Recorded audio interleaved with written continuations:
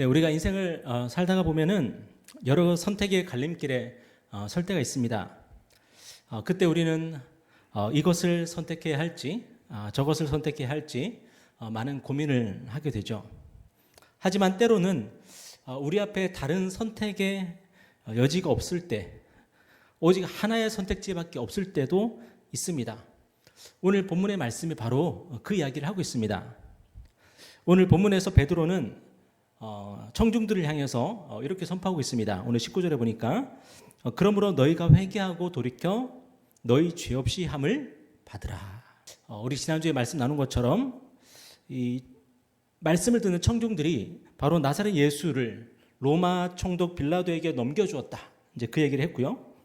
그리고 나사렛 예수가 로마인들에게 고문을 당했고 또 십자가에 죽었다. 바로 너희들 때문에 그렇게 말씀했습니다. 그렇지만 하나님은 나사렛 예수를 죽은 자 가운데서 살리셨다. 그래서 나사렛 예수를 하나님의 아들 그리스도로 선포하셨다. 여러분, 그렇다면은 베드로의 설교를 듣고 있던 이 청중들이 선택할 수 있는 그 선택지가 뭡니까? 딱 하나밖에 없습니다. 그게 뭐냐면 예수 그리스도 앞에서 자신들의 죄를 회개하고 그분을 주인으로 믿고 영접하는 것. 그거 외에 다른 선택지는 없는 겁니다. 그거 아니면 그냥 죽는 거죠, 그냥. 많은 사람들이 왜 내가 예수를 믿어야 되냐고 묻습니다. 왜 내가 예수를 믿어야 되냐고. 여러분, 왜 예수를 믿어야 될까요? 왜 우리가 예수 그리스도를 믿고 영접해야 될까요? 왜냐하면 우리에게는 다른 선택지가 없기 때문에 그렇습니다. 성령께서 하나님의 말씀을 통해서 성경을 통해서 오늘 우리에게 증가하는 것이 뭡니까? 우리 모두는 스스로 하나님 노릇하고 왕 노릇하고 주인 노릇하면서 평생 하나님께 반역하며 살았다는 겁니다. 그런데 2000년 전에 나사렛 예수가 십자가에서 우리의 죄값을 치렀다는 거죠. 그리고 하나님께서 그분을 죽은 자 가운데서 다시 살리셨는데 그분을 우리의 주인으로 우리의 그리스도로 하나님께서 삼으시고 선포하셨다는 겁니다. 그렇기 때문에 오늘 우리가 해야 될 일이 뭐냐면 나사렛 예수를 나의 주인으로 나의 그리스도로 믿고 영접하는 것. 이거 외에 다른 길이 없습니다. 다른 선택지가 없습니다. 왜냐하면 우리가 그것을 거부하면 무슨 일이 발생합니까? 우리가 하나님과 그리스도를 대적하는 자로 살아가야 되기 때문에 그렇습니다. 하나님께서 우리의 주인으로 세우신 분을, 하나님께서 우리의 구원자로 구세주로 세우신 분을 우리가 믿고 영접하지 않겠다? 그럼 내가 하나님하고 평생 싸우겠다는 거잖아요. 하나님과 평생 원수된 자로 살겠다는 거잖아요. 그리고 그 다음에 뭡니까? 심판이 있겠죠.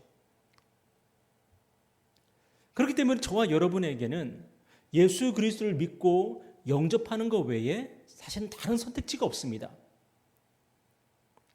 그런데 우리가 나사렛 예수를 주인으로 그리스도를 믿고 영접해야 되는 또 다른 중요한 이유가 있는데 그게 뭐냐? 하나님께서 그분의 아들을 믿는 자들에게 무엇을 약속하고 계십니까? 새롭게 되는 날을 약속하고 계신다는 겁니다. 새롭게 되는 날. 오늘 19절의 후반부에 보니까 또 이렇게 말씀하고 있어요. 이같이 하면 새롭게 되는 날이 주 앞으로부터 이를 것이요. 여러분, 베드로 사도가 오늘 뭘 선포하고 있습니까? 우리가 스스로 하나님 왕, 주인 노릇하면서 살던 그 삶을, 그 죄를 회개하고 돌이켜서 나사렛 예수를 주인으로 구원자로 믿고 영접하면은 주님께서 우리에게 새롭게 되는 날을 주신다고 그렇게 선포하고 있습니다. 오늘 우리 개역 개정 성경 말고 이전에 개역 한글 성경에는 뭐라고 번역되어 있었냐면은 유쾌하게 되는 날이 이르리니 그럽니다. 유쾌하게 되는 날. 오늘 본문에서 새롭게 된다. 이 말을 원문으로 찾아보니까 무슨 뜻이냐면은 막혔던 호흡이 다시 뚫린다는 뜻입니다. 막혔던 호흡이 뚫린다. 그동안 그렇게도 숨막히게 살았던 이유가 뭐냐? 너희들이 하나님 노릇하고 너희들이 왕 노릇하고 너희들이 주인 노릇했기 때문에. 그래서 당신들의 삶이 숨막히는 삶이 될 수밖에 없었다. 그렇게 말씀하고 있거든요. 그런데 이제 그 자리에서 내려오고 본래 그 자리를 주인께 돌려드리면 그러면 우리의 막혔던 호흡이 뚫리게 될 것이다. 다시 말해서 죽었다가 살아나게 될 것이다. 그렇게 말씀하고 있습니다. 오늘 저와 여러분은 스스로 하나님 노릇, 왕 노릇, 주인 노릇하면서 하나님 앞에서 죄를 짓고 살아왔습니다. 어쩌면 오늘도 우리가 오늘 하루를 살아가면서 모든 결정들을 내가 했고 모든 결정들을 나를 위해서 했고 그것을 이루는 모든 방법들도 나의 방법대로 우리가 살았을지도 모릅니다. 그런데 하나님은 그분의 아들 예수께 우리의 그 모든 죄값을 담당시키셨습니다. 우리는 하나님의 권위를 인정하지 않았고 우리는 하나님을 무시했고 우리의 삶은 하나님의 영광을 위한 삶이 전혀 아니었는데도 그 모든 죄값을 예수께 담당시키셨습니다. 그래서 우리가 회개하고 예수를 하나님의 아들 그리스도로 믿고 영접하면 우리의 막혔던 호흡을 뚫어주시고 우리의 죽었던 영혼을 살려주시겠다고 그렇게 약속을 하시는 것입니다. 여러분, 그렇다면 우리가 예수를 나의 그리스도로 나의 하나님으로 믿지 않을 이유가 있습니까? 우리가 무엇을 망설이겠습니까? 예수님을 구주로 영접하고 내 주인으로 영접하고 나의 하나님으로 영접하는 데 있어서 우리에게 해가 되는 게 전혀 없다면 오늘 저와 여러분이 무엇을 망설이겠습니까? 사도행전 2장 38절에 보면은 이렇게 말씀했죠. 베드로가 이르되 너희가 회개하여 각각 예수 그리스도의 이름으로 세례를 받고 죄 사함을 받으라. 그리하면 성령의 선물을 받으리니. 하나님께서 우리에게 그분의 아들을 보내신 이유가 뭡니까? 왜 우리 죄를 그분의 아들에게 담당시키셨고 왜 우리에게 그분의 아들을 나의 주인으로 나의 하나님으로 믿으라고 하시는 겁니까? 우리에게 성령의 선물을 주셔서 우리의 막혔던 호흡을 뚫어주시려고 다시 숨쉬며 살게 하시려고 다시 우리를 살려주시려고 그렇게 하시는 거 아니겠습니까? 우리는 숨을 쉬지 못하면은 자유가 없고 여유가 1도 없습니다. 아마 화생방 훈련 받아보신 분들은 더 잘 아실 겁니다. 숨이 막히면은 아무것도 안 보입니다. 오직 살아야 되겠다는 그 생각밖에 안 듭니다. 오늘 우리의 삶이 하나님 앞에서 하나님이 기뻐하지 않는 모습으로 살았다면 어쩌면 그 이유가 바로 그것 때문 아닙니까? 우리에게 자유와 여유가 없는 것. 왜 다른 사람에게 우리가 관용하지 못하고 다른 사람과의 경쟁에서 패배하면 그렇게 원통하고 우리의 삶이 팍팍하고 뭔가에 쫓기듯 살게 되고 여러분 왜 우리가 그렇게 이기적이 되고 우리 자신을 중심으로 그렇게 살아가게 될까요? 스스로 하나님 노릇, 왕 노릇, 주인 노릇 해봤자 우리는 자유도 없었고 여유도 없었습니다.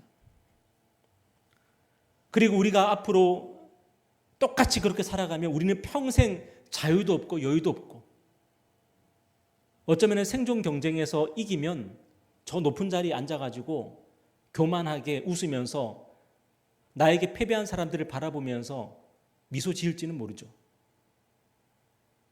그런데 과연 그것이 그런 삶이 나중에 하나님 앞에서 어떤 평가를 받겠습니까? 그런데 오늘 하나님께서 저와 여러분에게 약속하십니다. 우리가 회개하고 예수를 나의 주 나의 하나님으로 영접하면 주님이 우리에게 성령을 부어주시겠다고 약속하십니다. 그렇게 우리의 막혔던 호흡을 뚫어주시는 거고 그렇게 우리에게 살 소망을 주신다고 약속하십니다. 그래서 우리는 점점 자유와 여유를 누리며 살게 되고요. 다른 사람을 용서할 수 있게 되고요. 관용할 수 있게 되고요. 저와 여러분의 삶은 드디어 자유가 무엇인지 여유가 무엇인지 아는 그런 삶이 되는 거죠. 그리고 우리가 주님을 따르고 주님께 순종할 때 우리의 호흡은 더 풍성해질 것입니다. 우리의 생명은 더 풍요로워질 것입니다. 어떤 분들은 우리에게 무슨 특별한 영적인 비밀이 있는 것처럼 영적인 비결이 있는 것처럼 그렇게 얘기를 합니다. 여러분, 그렇지 않습니다. 하나님의 비밀은 하나밖에 없습니다. 뭐죠? 하나님의 비밀, 바로 예수 그리스도입니다. 그 이름이 비밀이죠. 예수 그리스도가 비밀이지 하나님이 다른 비밀을 우리에게 감춰두지 않으셨습니다. 구약의 선지자들이 그토록 알기 원했던 이름, 그토록 보기 원했던 바로 그분, 그 비밀이 바로 예수 그리스도입니다.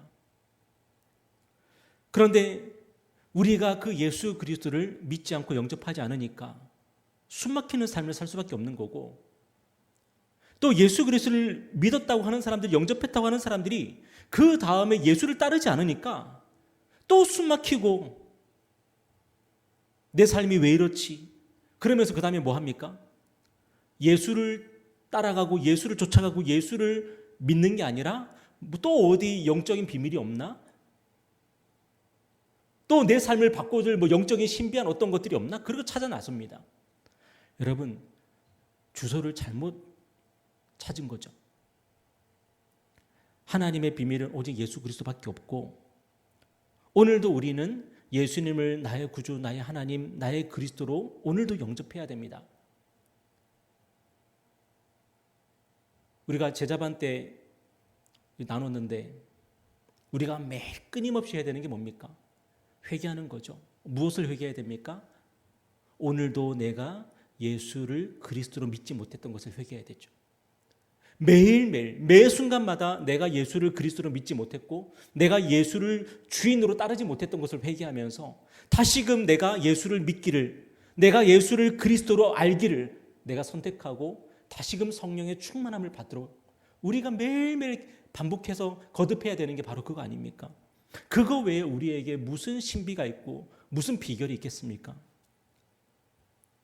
오늘 하나님께서 베드로를 통해서 선포하신 이 복음은 오늘도 우리의 복음이 되고 내일도 우리의 복음이 됩니다. 우리의 삶이 팍팍한 이유, 우리의 삶이 숨막히는 이유 다른 거 없습니다. 내가 내 삶의 주인 노릇하기 때문이고 내가 내 삶이 하나님이 되었기 때문이죠. 다른 거 없습니다. 우리가 그 자리에서 내려와서 회개해서 다시 예수님을 내 삶의 주인으로 초청하고 다시 예수님을 따르겠습니다 결단할 때에 우리에게 새롭게 되는 날 주시고 다시 성령으로 충만하게 하셔서 우리를 귀하게 사용하여 주시는 겁니다. 마지막으로 우리가 예수 그리스도 앞에서 회개하고 우리가 주님을 영접해야 되는 이유가 뭡니까? 바로 주님께서 다시 오시기 때문입니다. 오늘 20절에 보니까 우리 다 같이 읽어볼까요? 자, 시작. 또 주께서 너희를 위하여 예정하신 그리스도 곧 예수를 보내시리니. 하나님은 2000년 전에 우리 주님을 이 땅에 보내셨습니다. 그렇다면 우리 주님이 다시 오신다는 이 사실을 의심할 이유가 하나도 없죠. 한 번 오신 주님이 다시 안 오시겠습니까? 한 번 오셔서 그분을 기다리던 신실한 백성들에게 참 위로와 소망이 되셨던 그 주님이 오늘 우리가 그분을 기다리고 그분을 사모한다면 그분이 다시 오셔서 우리의 소망이 되어주시고 우리의 기쁨 되어주시고 우리의 영광이 되어주지 않으시겠습니까? 우리 주님이 다시 오시는 이유가 뭐죠? 그날에는 우리 주님은 심판주로 이 땅에 다시 오실 것입니다. 그리고 산자와 죽은 자를 심판하실 것입니다. 오늘 우리는 주님을 영접하는 일에 망설일 이유가 하나도 없습니다. 하나님께서 우리에게 이 큰 자비를 베푸시고 구원의 문을 이렇게 활짝 열어놓으셨는데 우리가 주님을 나의 구주로, 나의 그리스도로, 나의 하나님으로 영접하지 않는다면 그건 참 이상한 일입니다. 오늘도 이 세계 어딘가에서는 이 복음을 듣지 못해서 주님을 믿지 못하는 사람들이 있을 겁니다. 그런데 오늘 저와 여러분은 이 복음을 수없이도 들었습니다. 그리고 우리는 너무나도 자주 듣는 복음이기 때문에 이 복음의 가치를 모를 때가 너무나도 많은 거죠. 오늘 다시 한번 베드로 사도를 통해서 하나님께서 우리에게 주시는 이 복음을 우리 마음 깊이 믿고 주님을 영접했으면 좋겠습니다. 우리의 삶의 왕좌를 우리 주께 내어드리고 내가 더 이상 하나님 노릇하지 아니하고 주인 노릇하지 아니하고 임금 노릇하지 아니하고 그분을 믿으며 그분을 따르며 그분을 섬기며 우리가 살아갈 때에 하나님은 성령으로 우리의 삶을 변화시키실 것이고 우리의 삶에 매일매일 새로운 날들이 계속될 줄 믿습니다. 그 복을, 그 은혜를 누리는 저와 여러분 되기를 축복합니다. 우리 기도하겠습니다.